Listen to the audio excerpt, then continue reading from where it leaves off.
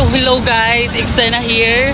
Andito kami ngayon sa Panay Avenue McDonald's kasi magpo-promote kami ng McDo for the content. Here's Popoy inside the car and of course Ate Jelay. And here's our order na. Ayan. That's our food for this content. This is promotional content video. And then maybe later i-shot na namin yung aming video.